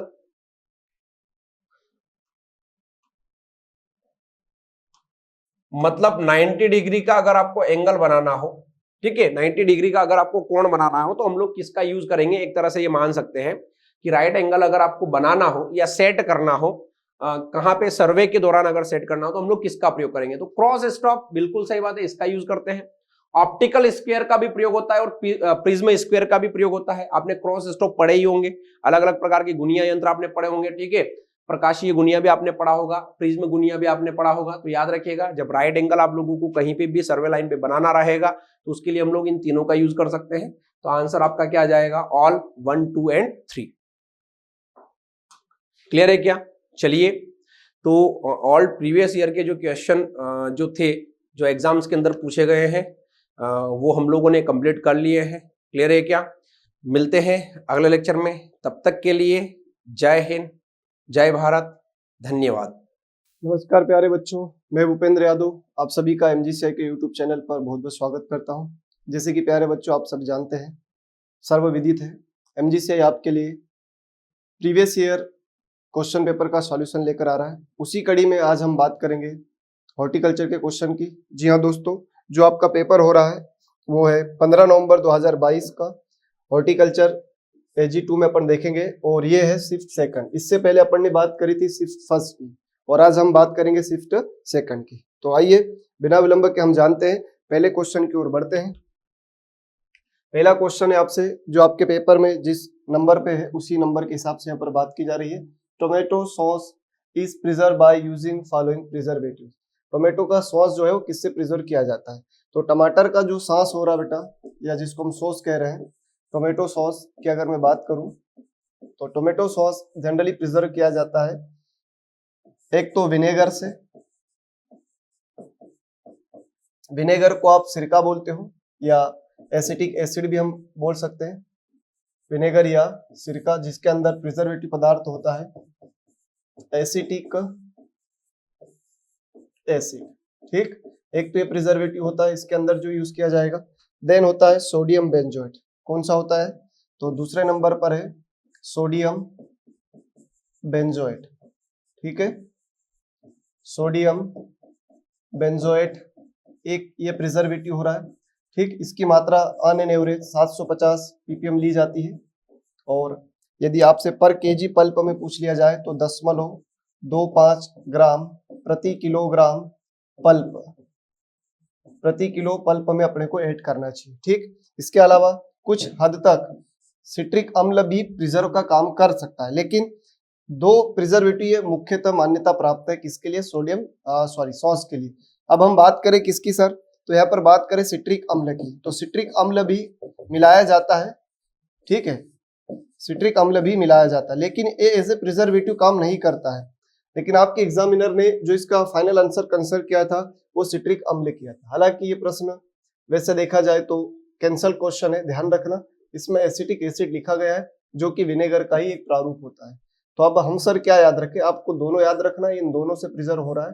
ठीक है, वैसे अगर देखा जाए तो मुख्यतः प्रिजर्वेशन होता है सोडियम बेंजोएट से, यही मेन प्रिजर्वेटिव होता है सॉस केचप का, लेकिन ये ऑप्शन में नहीं है। ठीक है बेटा, इसलिए क्वेश्चन में दो ऑप्शन आपको दिखेंगे, कौन कौन से, एक तो आपको सिट्रिक एसिड और एसिटिक एसिड जो कि विनेगर सिरके का ही एक रूप है। तो अगर ये दो आते हैं तो फिर अपने को इसके साथ जाना है, लेकिन ये जब तीनों दिए हो तो फर्स्ट प्रायोरिटी पे किसको रखेंगे, सोडियम बेंजोएट को, सेकंड प्रायोरिटी पर विनेगर को, और थर्ड प्रायोरिटी पर सिट्रिक अम्ल को। ठीक है, ध्यान रहेगी बात। अब बात करते हैं कार्बन डाइऑक्साइड की, तो ये किसमें प्रिजर्वेशन का काम में आता है, तो जितने भी कोल्ड ड्रिंक्स वगैरह होते हैं, ठीक है, जितने भी आप पेय पदार्थ है, कोल्ड ड्रिंक्स है, कोल्ड ड्रिंक्स की अगर मैं बात करूं बेटा तो कोल्ड ड्रिंक्स के अंदर CO2 भरा रहता है, और सल्फर डाइऑक्साइड की अगर हम बात करें तो ये डिहाइड्रेशन में फलों के सल्फरिंग के लिए यूज किया जाता है। क्लियर बात, तो चारों ऑप्शन अपन ने डिस्कस कर लिए। आइए अगले क्वेश्चन की ओर बढ़ते हैं। तो इसका राइट आंसर, फिलहाल आप एसिटिक एसिड और सिट्रिक एसिड दोनों आते हैं तो बोथ होगा, लेकिन दो में से एक चुनना पड़े तो एसिटिक एसिड है। और जब एसिटिक एसिड हो, सिट्रिक और सोडियम बेंजोएट हो, तीनों हो, तो पहली प्रायोरिटी अपने को देना सोडियम बेंजोएट, याद रखना। Optimum soil planting for fruit orchard, अगर आप एक ऑर्चर्ड लगाना चाहते हो बगीचा, तो उसके लिए कौन सी सॉइल का यूज करेंगे, तो चिकनी जो मृदा है, क्ले सॉइल जो है, ये राइस के लिए प्रीफर की जाती है। ठीक है, और जो ब्लैक कॉटन सॉइल है ये आप सभी जानते हैं कपास के लिए प्रीफर की जाती है। सैंडी लोम ऑल वेजिटेबल्स के लिए हम देखें तो यूज की जाती है, वेजिटेबल के लिए सैंडी लोम यूज की जाती है, और स्पेशल जो लोम होती है वो आपके ऑर्चर्ड के लिए यूज की जाती है। ऑर्चर्ड का मतलब है आपका फलबाग, तो फलबाग लगाने के लिए आप कौन सी मृदा लेते हैं, तो लोमी मृदा लेते, ध्यान रखना। निर्जमीकरण के लिए औसत तापमान होना चाहिए, स्टरलाइजेशन टेम्परेचर पूछा गया बेटा, तो जनरली आप सभी के दिमाग में एक बात फिट है कि स्टरलाइजेशन हमेशा हम 100 डिग्री सेल्सियस से ऊपर करते हैं। 100 डिग्री सेल्सियस से अधिक ताप पर, 100 डिग्री सेल्सियस से अधिक ताप पर स्टरलाइजेशन किया जाता है, ध्यान रखना। तो 100 डिग्री सेल्सियस से अधिक ताप कौन सा है, तो यहाँ पर ऑप्शन एक ही आपको दिख रहा है, दैट इज सी, तो इसका राइट आंसर होगा सी। इसका राइट आंसर आप यहाँ पर ध्यान रखेंगे बेटा, डी है, दोमट मिट्टी, तो इसका आंसर हो गया आपका डी, और देन इसका रहेगा आपका ए एंड डी। ठीक है, ये भी आप ध्यान रखें। चलो अगले क्वेश्चन की ओर बढ़ते हैं। Total soluble solid is measured by, total soluble solid मतलब TSS, तो TSS किससे मापेंगे आगे देखेंगे। तो जेल मीटर से क्या नापते हैं हम, पैक्टिन मापते हैं बेटा। पैक्टिन बोले तो एसिलेस की बात की जाती है, इसके द्वारा पैक्टिन का मेजरमेंट किया जाता है। फिर सेलोमीटर से हम ब्राइन सॉल्यूशन की बात करते हैं, ठीक है, मतलब नमक की मात्रा को ज्ञात किया जाता है इसके द्वारा। ब्राइन सॉल्यूशन से किसको ज्ञात किया जाता है, नमक को। देन लेक्टोमीटर आप भली भांति जानते हो, स्पेसिफिक ग्रेविटी ऑफ मिल्क या दूध का अपेक्षिक घनत्व ज्ञात किया जाता है। देन रिफ्रैक्टोमीटर की बात करें तो इसके द्वारा हम टोटल सॉल्युबल सॉलिड, कुल विलेय ठोस की बात करते हैं। और कौन सा refractometer, that is hand refractometer, ये भी प्रश्न बन सकता है, आपको ध्यान रखना। सो राइट आंसर इसका क्या हो गया बेटा, डी हो गया, ध्यान रहेगी बात। चलिए अगले क्वेश्चन की ओर बढ़ते हैं। किण्वित फल रस को प्राय पाश्चुरीकृत कितने तापमान पर किया जाता है, ठीक है, तो पाश्चुराइजेशन की बात की गई है फल रस के लिए, तो पाश्चुराइजेशन का टेम्परेचर हमेशा आपको बिलो द 100 ही रखना है। कितना होता है पाश्चुराइजेशन का टेम्परेचर, 85 से 90 डिग्री सेल्सियस बिलो द 100, ठीक है। किससे कम रखेंगे बेटा, 100 डिग्री सेल्सियस से कम। कितनी मिनट के लिए, 30 मिनट के लिए कार्यक्रम रखा जाता है, ठीक है। तो वो चीज क्या हो जाती है, पाश्चुराइज हो जाती है। पाश्चुराइजेशन में पूरी तरह से सूक्ष्मजीव नहीं मरते, कुछ हद तक नियंत्रण हो जाता है। तो अब इसके पास वाला जो होगा वो आपका ऑप्शन है, सभी 100 से कम है, लेकिन अप्रोप्रिएट आंसर ये होगा क्योंकि ये इस डेटा के बिल्कुल करीब है। ठीक, चलिए। टमाटर की सॉस में औसतन टीएसएस की मात्रा, देखो भैया बहुत कंफ्यूजिंग क्वेश्चन है, बार बार पूछा ही इसीलिए जाता ताकि बच्चे इसको गलत करें। सॉस एंड केचप दो प्रोडक्ट है जो टोमेटो से भरपूर बनाए जाते हैं, तो सॉस में टीएसएस जनरली रखा जाता है 30%। सॉस का जो टीएसएस है वो 30% है और केचप का टीएसएस है जनरली 80%। ये बात होती है टीएसएस की। लेकिन ध्यान देना बच्चों, जब इनमें डिग्री ब्रिक्स की बात हो तो डिग्री ब्रिक्स में इसका जो टीएसएस निकल कर आता है वो इधर और इधर 25 से 30 डिग्री ब्रिक्स। ठीक है, सॉस थोड़ा पतला होता है, केचप थोड़ा गाढ़ा होता है, इसी से पता चल रहा डिग्री ब्रिक्स से। ठीक है, वैसे देखा जाए तो ये टोटल सॉल्युबल सॉलिड से ही बनता है, लेकिन ये यहाँ पर थोड़ा सा आपको रिमेंबर रखना है, ध्यान रखना है कि अगर टीएसएस की बात हो तो सॉस का 30, केचप का 28, और डिग्री ब्रिक्स की बात हो तो इधर 25 से 30, इधर 15 से 18, एग्जैक्ट आए तो इधर 15, इधर 25। ठीक है बेटा, तो अब इसके पास देख लो कौन सा ऑप्शन है, तो इसके पास तो एक ही ऑप्शन आ रहा है appropriate, that is C, sauce के लिए औसत टीएसएस की मात्रा। ठीक, मैंने दोनों को बता दिया, ये बहुत इंपॉर्टेंट है, बार बार ये क्वेश्चन आता है, आप ध्यान रखो। किसी भी उत्पाद का परिरक्षण करने के लिए शर्करा की सांद्रता, शुगर की सांद्रता, सिरप की सांद्रता पूछिए ना। अब बोतलिंग में अलग होती है, बोतलिंग में अपन ने पढ़ा 22 से 55 डिग्री ब्रिक्स होती है, लेकिन यहाँ पर किसके लिए पूछा जा रहा है कंसंट्रेशन, शक्कर की मात्रा प्रिजर्वेशन के लिए। तो जितने भी उत्पाद होते हैं जनरली उनमें 60 से 65% तक हम एज ए प्रिजर्वेटिव शुगर मिलाएंगे, और जहां शक्कर की मात्रा 50% या उससे ज्यादा हो तो समझ जाना उनका परिरक्षण किसके द्वारा होता है, नमक का सॉल्यूशन अगर हम देखेंगे तो 1 से 3%, शक्कर का सॉल्यूशन देखेंगे तो 50% या उससे ज्यादा मिले तो समझ जाना उन पदार्थ का प्रिजर्वेशन शक्कर से ही होता है। जैसे जैम, जेली, अगर प्रश्न आ जाए जैम जेली का परिरक्षण होता है तो शक्कर के द्वारा होगा, क्योंकि उनमें 60 से ऊपर आपको शर्करा मिल रही है, जेली में 65, जैम में 68, कैंडी पेठा में 70 तक चली जाएगी। तो ध्यान रहे ये परिरक्षण की मात्रा को बताता है कि इन पदार्थ का परिरक्षण शक्कर से ही होता है। तो ध्यान रखे suitable concentration sugar for preservation of any product, तो शर्करा के द्वारा परिरक्षित किया जाता है। जब शर्करा की मात्रा रखेंगे तो हम रखते हैं 60 से 70, तो इसका आंसर हो गया ए। और शर्करा के द्वारा परिरक्षण पदार्थ में आपको कई बार चर्चा कर चुका हूं, जैम, जेली, मुरब्बा, कैंडी, पेठा इत्यादि। ठीक है बेटा, सदाबहार फलों को लगाने के लिए उपयुक्त माह है, देखो ये क्वेश्चन कैंसल्ड हो गया है क्योंकि इसमें सदाबहार की जो स्पेलिंग थी इसमें प्रश्न की, ध्यान देना प्रश्न की संरचना के कारण ये कैंसिल हुआ। वैसे तो इसका उत्तर सही है, क्या सही है सर, तो जुलाई से अगस्त, वैसे आंसर यही आएगा, सही है, लेकिन प्रश्न की संरचना के कारण ये कैंसिल हुआ है। ठीक, अक्टूबर की बात करें तो अक्टूबर किसके लिए बहुत फेमस है, तो अक्टूबर रोज के लिए फेमस है। ठीक है, अक्टूबर किसके लिए फेमस है बेटा, रोज के लिए। बात करें दिसंबर से जनवरी तो ये किसके लिए फेमस है, दिसंबर से जनवरी तो ये ग्रेप्स के लिए फेमस है। किसके लिए फेमस है, ग्रेप्स के लिए। और मई जून की बात करें तो ये बेर के लिए फेमस है। अब ये क्या हो रहा है सर, बेर, तो बेर में मई जून में हम करते हैं प्रूनिंग, बेर में हम क्या करते हैं, मई जून में प्रूनिंग करते हैं। ग्रेप्स में भी क्या की जाती है साहब, तो ग्रेप्स में भी प्रूनिंग की जाती है। और ग्रेप्स में जनरली कौन से मंथ में, तो जनवरी में, दोनों में से भी एक आए तो जनवरी, और कौन से इंडिया में होता है, तो that is north Indian condition में होता, आपको ध्यान रखना है। ठीक है, तो अक्टूबर में रोज के अंदर हम देख पा रहे हैं 2 से 3 महत्वपूर्ण चीजें निकल कर आती है बेटा। ठीक है, आपको बहुत अच्छे से ध्यान रखना। तो रोज की प्लांटिंग भी हम कब करते हैं, अक्टूबर में करते हैं, और प्रूनिंग भी रोज में अक्टूबर में ही की जाती है, ध्यान रहे। तो रोज में जो प्लांटिंग होती है, अगर प्रश्न आ जाए रोज का प्लांटिंग टाइम, तो रोज में जो प्लांटिंग हो रही है वो अक्टूबर में ही होती है, मिड अक्टूबर हो सकता है। और जो प्रूनिंग होती है रोज में जो प्रूनिंग टाइम होता है 2nd and 3rd week of October, 2nd and 3rd week of October, 2nd and 3rd week of October रोज में क्या होता है, प्रूनिंग होता है। तो ये रोज में प्रूनिंग का टाइम है और ये रोज में प्लांटिंग का टाइम है, ये बात बहुत अच्छे से आपको ध्यान रखना है। क्लियर दैट, चलिए। और बेर में प्रूनिंग तो मैंने काफी सारी चीजें आपको बता दी। और ये एवरग्रीन ट्री जो हरे भरे रहते हैं उनके प्लांटिंग का टाइम यही रहता है, जुलाई से अगस्त। प्रश्न सही है, लेकिन उत्तर भी सही है, लेकिन वो संरचना में एवरी लिख दिया है, बस इतने में गलत हो गया है। ठीक, चलिए।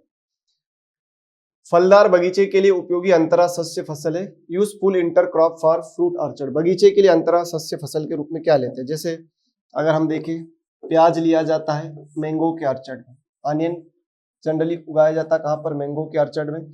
और बनाना के ऑर्चर्ड में अगर हम देखें तो बनाना के ऑर्चर्ड में एज ए इंटरक्रॉप लिया जाता है मैच, ठीक है। और गुआवा के ऑर्चर्ड में एज ए इंटरक्रॉप लिया जाता है मस्टर्ड, ठीक है बेटा, ये आपको ध्यान रखना है। अब यहाँ पर बात पूछी गई है, यहाँ तो कोई ऑप्शन ऐसा है ही नहीं, पर ये बार बार पूछे गए हैं इसलिए मैंने यहाँ लिख दिया। अब काउपी बिल्कुल लगा सकते हैं क्योंकि कोई भी पल्स क्रॉप इंटरक्रॉपिंग में ले सकते हैं। उड़द ले सकते हैं, गेहूं नहीं लेंगे क्योंकि गेहूं आप सभी जानते हो अनाज वाली फसल है, इसको लगाने से उल्टा काम बिगड़ जाएगा, इसलिए ए और बी सही है। तो ए और बी जहां सही हो आपका आंसर होगा, दैट इज, अच्छा यहाँ दोनों ऑप्शन में दे दिया ना, चलो कोई बात नहीं, अपन इसको सी कर देते हैं। चलिए, तो राइट आंसर इसका हो गया बी, बकरी। याद रहेगी बात, ठीक है बेटा। नींबू स्क्वेज बनाने के लिए औसतन फल रस की मात्रा होनी चाहिए। अब देखो भाई, बहुत सारे उत्पाद बनाए जाते हैं, जैसे जैम बनाना है तो जैम बनाने के लिए अपने को चाहिए पल्प। क्या चाहिए साहब? पल्प। पल्प मतलब गूदा। कितना चाहिए पल्प या गूदा? तो ये चाहिए 45%। जैम बनाने के लिए पल्प या गूदा चाहिए 45%। फिर हम बनाते हैं जेली। सेकंड नंबर पर प्रोडक्ट है अपना जेली। तो जेली बनाने के लिए चाहिए फलों का जलीय रस, फ्रूट जूस चाहिए, है ना। जेली बनाने के लिए चाहिए फलों का जलीय रस। फलों का क्या चाहिए? जलीय रस चाहिए। तो फलों का जब जलीय रस चाहिए जेली बनाने के लिए, तो वो कितना लगेगा अपने को? 45% लगेगा। फलों का जलीय रस लगेगा 45%, ठीक। तो यहाँ होगी बात जैम की, यहाँ होगी जेली की, लेकिन यहाँ गूदा लेते हैं या रस लेते हैं, ये भी आपको ध्यान रखना है। फिर अगली हम बात करें यदि 25%, तो 25% फलों का रस लेते हैं क्या क्या बनाने के लिए? तो फलों का रस लेते हैं हम क्या क्या बनाने के लिए? तो कार्डियल बनाने के लिए, ठीक है।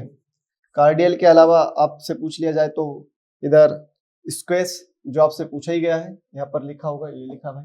तो स्क्वेस बनाने के लिए, कार्डियल बनाने के लिए 25% फ्रूट जूस लेना चाहिए। और एक और चीज है जो क्रश, ये क्रश वो नहीं जो गलियों में चल रहा है, ये क्रश उत्पाद का नाम है, ठीक है भाई। तो आपको दिमाग में एक चीज यहाँ पर क्लियर हो गई। अब 15% आया है तो इसको भी याद कर लो, ये होता है नेक्टर का टीएसएस, ठीक है। नेक्टर में जो टीएसएस होता है वो होता है 15, ठीक। अब 35 से सच कोई ऐसा डाटा अपने पास फिलहाल है नहीं यहाँ पर उपयोगी, तो बाकी मैंने तीनों डाटा को एक्सप्लेन कर दिया है, तो आपको आंसर मिल गया होगा बेटा, दैट इज बी, बकरी। नेक्स्ट क्वेश्चन है, फल सब्जियों को सामान्य रूप से उपयोगी परिरक्षक है, तो important preservatives which are commonly used fruit and vegetable. तो देखो भाई, दो केमिकल प्रिजर्वेटिव है, किसके अकॉर्डिंग? तो FPO, फ्रूट प्रोडक्ट ऑर्डर जो 1955 में आया था, इसने दो प्रिजर्वेटिव को मान्यता दी है, दैट इज सोडियम बेंजोएट, ठीक। एक तो यह है, दूसरा आपका KMS, पोटेशियम मेटाबाइसल्फेट, ठीक है। तो ये दो को मान्यता दी है। जो सोडियम बेंजोएट है, ये जितने भी रंगीन पेय पदार्थ हैं, रंगीन पेय पदार्थ, उनके लिए इसका प्रयोग किया जाता है या उनके लिए ये यूज होता है। और जितने भी रंगहीन है, कलरलेस है, रंगहीन है, रंगहीन है, कलरलेस पदार्थ है, ठीक है, उनके लिए केमिस्ट का यूज करते हैं। आम अमरूद के गुदे के लिए भी केमिस्ट का यूज करते हैं, ठीक है। तो ये आपको याद रखना है। तो दो ही को मान्यता दे रखी है, किसने? FPO ने, जो आया था 1955 में। तो इस अध्यादेश के अनुसार दो है, that is sodium benzoate and potassium metabisulphite. तो right answer should be A होगा, दोनों करेक्ट है यहाँ पर। चलिए, एंजाइम के बारे में बात हो रही है। Major objective blanching during preservation is reduction of enzyme activity, remove of tissues gases, decreases number of micro organism. बिल्कुल सही है। परिरक्षण के लिए जो ब्लांचिंग है, अब ब्लांचिंग क्या होता है हम पढ़ चुके हैं बेटा, कि 100 डिग्री सेल्सियस पर 2 से 5 मिनट के लिए, 100 डिग्री सेल्सियस पर 2 से 5 मिनट के लिए काम किया जाता है। 100 डिग्री सेल्सियस पर 2 से 5 मिनट के लिए काम किया जाता है। और जनरली ब्लांचिंग किनकी की जाती है? सब्जियों की। क्यों की जाती है? उनका नेचुरल कलर मेंटेन करना, मेन ऑब्जेक्ट तो यही होता है, नेचुरल कलर मेंटेन करना, ठीक। अब ये नहीं है तो फिर दूसरे ऑप्शन भी सही है, क्योंकि हम पॉलीफिनॉल ऑक्सीडेज एंजाइम को निष्क्रिय करते हैं, उबालेंगे तो ऑब्वियस सी बात है उसके टिश्यू से जो गैस है वो भी निकल जाएगी बेटा, और हार्मफुल जो माइक्रो ऑर्गेनिज्म वो भी घट जाएंगे। तो ये सारे सही है, लेकिन यहाँ पर एक आ जाता है नेचुरल कलर मेंटेन, ठीक है। तो ब्लांचिंग का जो मेन ऑब्जेक्ट होता है, ठीक है, ब्लांचिंग का जो मुख्य उद्देश्य होता है वो प्राकृतिक रंग बनाए रखना। क्या है बेटा? प्राकृतिक रंग बनाए रखना। लेकिन ऑप्शन में नहीं दिया वो। एक मेन ऑब्जेक्ट ये है, ध्यान रखना। एक पूछा जाए तो यही लगाना है, लेकिन यहाँ तो सारे हैं तो उपयुक्त तो सभी सही है, तो right answer should be B होगा, ध्यान रहे। परिरक्षण प्रक्रिया में कौन सा एंटीबायोटिक के रूप में प्रयोग आता है? तो दैट इज स्ट्रेप्टोकोकस लैक्टिस आएगा, क्योंकि ये अपन दूध से दही बनाने की प्रोसेस में बात करें, साइलेज बनाने की बात करें तो वहां पर ये अपना काम निभाता है, ठीक है। टेट्रासाइक्लिन, क्लास्ट्रीडियम, एस्परजिलस की बात करूं तो ये ऑनियन में हम देखते हैं, ठीक है। प्याज के अंदर अगर अपन देखें तो ऐसी ऑनियन की अगर अपन बात करें बेटा, तो प्याज में ऐसी ब्लैक धारी आपको दिखाई देती है ना, जब आप उसके कवर को हटाओगे छिलके को तो ऐसी ब्लैक धारियां मिलेगी, तो ये ब्लैक धारियां ही होती है एस्परजिलस, ठीक है। चलिए, क्लास्ट्रीडियम अवायवीजीव बैक्टीरिया है, टेट्रासाइक्लिन बैक्टीरिसाइडल की तरह काम करता है, तो यहाँ पर राइट आंसर होगा शुड बी बी। चलिए अगले क्वेश्चन की ओर बढ़ते हैं।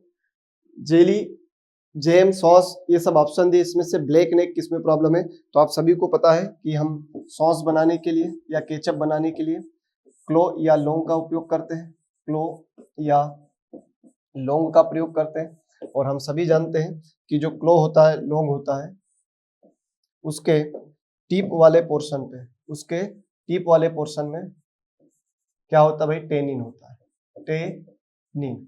और यदि हमने लोहे का पात्र ले लिया, ठीक है, तो ये लोहे से क्रिया करके क्या बना लेता है? फेरिक टेनेट बना लेगा। क्या बना लेगा? Ferric Tenet. और ये फेरिक टेनेट अगर सॉस केचप की बोतल के अंदर दिखेगा तो आपको उसकी जो भी नेक होगी, गर्दन होगी, सॉस केचप की जो भी नेक होगी, गर्दन होगी, आपको काली दिखाई देगी। इतनी दूर में अगर हम देखेंगे तो सॉस या केचप की गर्दन अपने को इस तरह से यहाँ पर काली दिखाई देने लगेगी, तो ये ब्लैक नेक कहलाता है। क्या कहलाता है? ब्लैक नेक। जहाँ हेड स्पेस होता है वहां पर जगह क्या हो जाती है? काली पड़ जाती है, जिसको हम बोलते हैं ब्लैक नेक। क्या बोलते हैं भाई? ब्लैक नेक। तो इसलिए काली गर्दन से बचना चाहिए। कैसे बचना चाहिए सर? तो जब सॉस केचप बनाए तब क्लो का ऊपरी भाग को तोड़ देना चाहिए ताकि उससे टेनिन निकल जाए। और जब भी मसाले की पोटली है, उस मसाले की पोटली को सॉस केचप की तली में नहीं चिपकने देना चाहिए, उसको ऊपर थोड़ा रखना चाहिए और उसका रस टपकने देना चाहिए। तो इस तरह की समस्या से बच सकते हैं। और ये समस्या देखने को मिलती है सॉस और केचप में। तो आपके पास स्क्वैश है, जैम है, जेली है और सॉस, तो इसका राइट आंसर होगा बी, सॉस, ठीक है बेटा। चलिए, जेली बनाने के लिए कौन सा फल सर्वाधिक उपयुक्त है? ठीक है, तो आप सेब की बात करें तो सेब से जैम बनता है, अच्छी क्वालिटी का, आपको पता होना चाहिए। और अमरूद की बात करें तो अमरूद से, गुआवा से यदि मैं बात करूं अमरूद से, तो कौन सा प्रोडक्ट अच्छा बनता है? तो दैट इज जेली। तो जैम हो गया, जेली हो गया। आम की बात करें तो आम से दुनिया भर के प्रोडक्ट बनते हैं, लेकिन आम से सबसे अच्छा बनता है स्क्वैश, या जिसको हम बोलते हैं पानक, ठीक है भाई। और सपोटा से बनता है चिकलेट। सपोटा से कौन सा पदार्थ बनाया जाता है? चिकलेट बनाया जाता है, ठीक। और भी है, जैसे संतरा है, तो संतरा बेस्ट होता है क्या बनाने के लिए? अपने मार्मलेड बनाने के लिए, ठीक। मार्मलेट या मार्मलेड बनाने के लिए हम मैंडेरिन का यूज करते हैं, ठीक है भाई। तो ये सारी बातें आपको ध्यान रखना है। और जेली की बात हुई तो अपना आंसर शुड बी हो। चलो, गंधक का धुआं देना एक आवश्यक क्रिया है, कब करते हैं? चलो, सल्फरिंग की बात हो रही है यहाँ पर। किसकी बात हो रही है साहब? सल्फरिंग की। ये बात हो रही है सल्फरिंग की।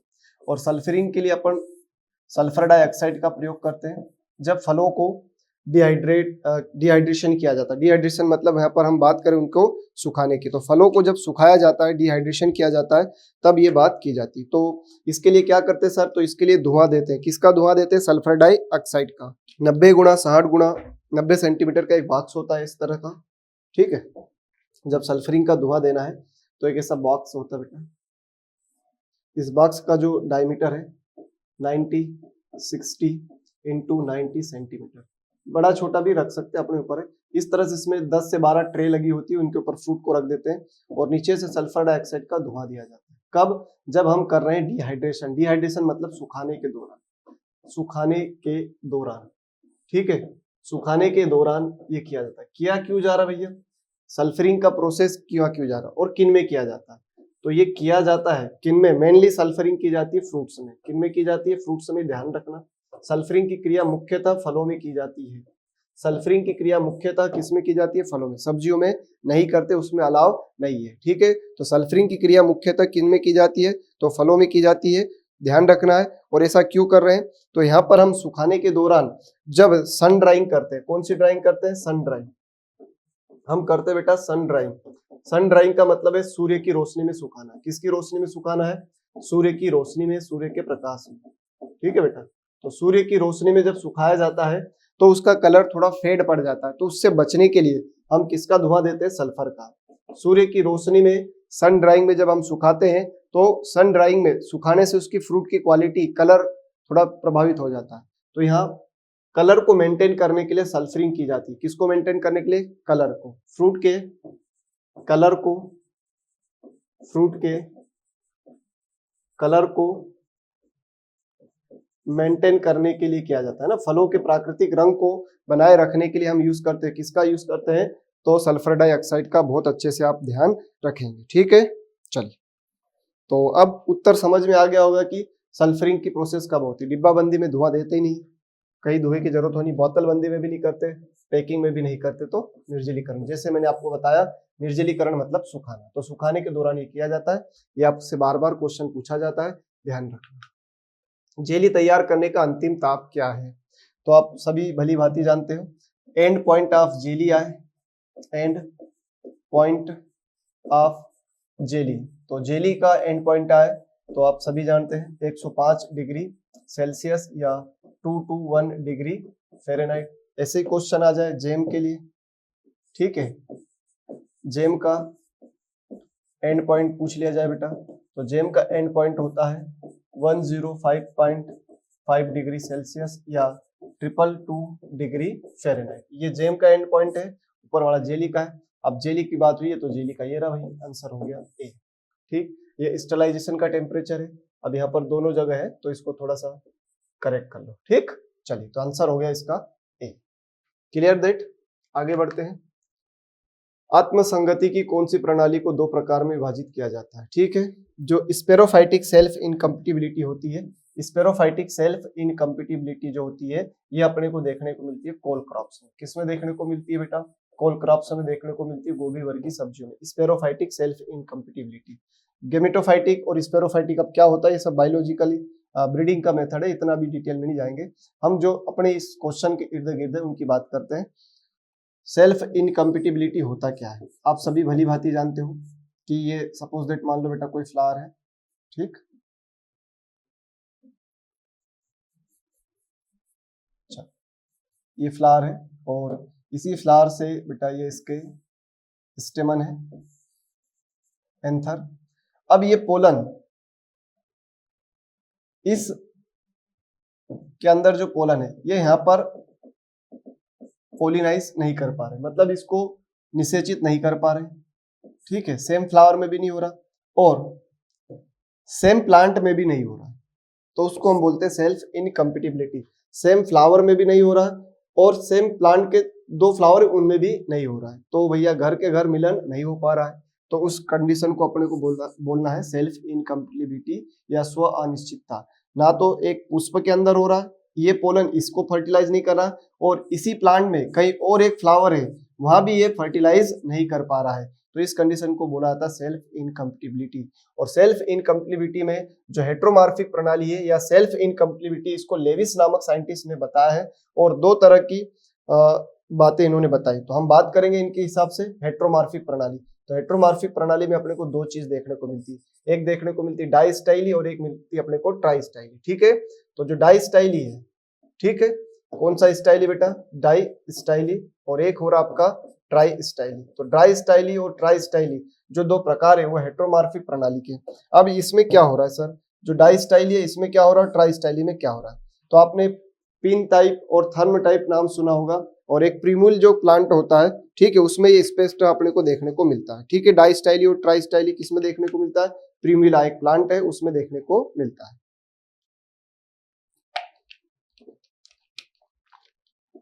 चलो देखते हैं बेटा कौन सा प्लांट हो रहा है। प्रिम्यूला। प्रिम्यूला एक प्लांट है, उसमें देखने को मिलता है। अब ये होता क्या है, डाइस्टाइली। तो डाइस्टाइली की अगर हम बात करें तो आप ध्यान से यहाँ देखेंगे बेटा, डाइस्टाइली की अगर अपन बात करें तो इसमें पिन टाइप और थर्म टाइप, ठीक है, पिन टाइप और थर्म टाइप की संरचना पाई जाती है। अब पिन टाइप क्या है और थर्म टाइप क्या है, तो जब यहाँ पर भी अपने को एक फ्लावर की मदद लगेगी, ठीक है, ये उसका एंथर हो गया, ये उसका स्टिग्मा हो गया। इधर भी अगर अपन देखें, ठीक है, चलो तो यहाँ ध्यान दे, एंथर की हाइट क्या हो रही है आप देख पा रहे होंगे। तो यहाँ पर एंथर की हाइट अपन ने बड़ा बना दे, इसको थोड़ा छोटा कर लेते हैं ताकि आपको समझ में आ जाए। इसमें जो स्टिग्मा है उसकी हाइट ज्यादा रहेगी और एंथर छोटा रह जाएगा। अब एंथर छोटा रह जाएगा तो ये इसको यहाँ तक पहुंच ही नहीं पाएगा बेटा, तो इस कंडीशन को बोलते हैं पिन टाइप। और थर्म टाइप में क्या होगा, इसके अपोजिट हो जाएगा। क्या अपोजिट हो जाएगा कि जो है स्टिग्मा बहुत छोटी रहेगी और एंथर बहुत बड़ा होगा, तो इस कंडीशन को बोलते हैं थर्म टाइप। तो पिन टाइप और थर्म टाइप डाइस्टाइली और ट्राइस्टाइली में अपने को प्रिम्यूला के अंदर देखने को मिल रही है। किस प्लांट में देख रही है बेटा, प्रिम्यूला। तो इस घटना को बोलते हैं हेट्रोमॉर्फिक। हेट्रो का मतलब विषम ही होता है, और आप देख रहे हैं ये हाइट अलग है, ये हाइट अलग है, ये हाइट अलग है, ये हाइट अलग है। तो विषम का मतलब यहाँ पर हाइट से, और इन दोनों की हाइट में आप भरसक यहाँ पर अंतर देख पा रहे हो। किसमें, एंथर और स्टिग्मा की जो हाइट है उनमें डिफरेंट आपको ऊंचाई दिखाई देती है, जिसको बोलते हैं हेट्रोमॉर्फिक प्रणाली। और उसमें हम प्रिम्यूला में देखते हैं दो तरह की हेट्रोमॉर्फिक प्रणाली होती है। हेट्रोमॉर्फिक प्रणाली दो तरह की हो रही बेटा। दो तरह में कौन कौन सी बेटा, डाइस्टाइली और ट्राइस्टाइली। किसमें देखने को मिल रही है अपने को, प्रिम्यूला के अंदर। Clear that. तो ये प्रश्न आपसे 2 बार पीएटी में आ चुका है, ठीक है। एक बार उन्होंने पूछा था कि डाइस्टाइली ट्राइस्टाइली क्या है, तो हेट्रोमॉर्फिक। अब इस बार उन्होंने पूछा कि जो सेल्फ इनकम्प्लीबिलिटी है, जिसको 2 भागों में बांटा गया, डाइस्टाइली ट्राइस्टाइली, किसका पार्ट है, तो हेट्रोमॉर्फिक का पार्ट है। क्लियर बात। चलिए, तो इसका राइट आंसर हो गया बेटा डी। ठीक, चलिए, तो आज के लिए इतना ही है। थैंक यू सो मच, बहुत बहुत धन्यवाद।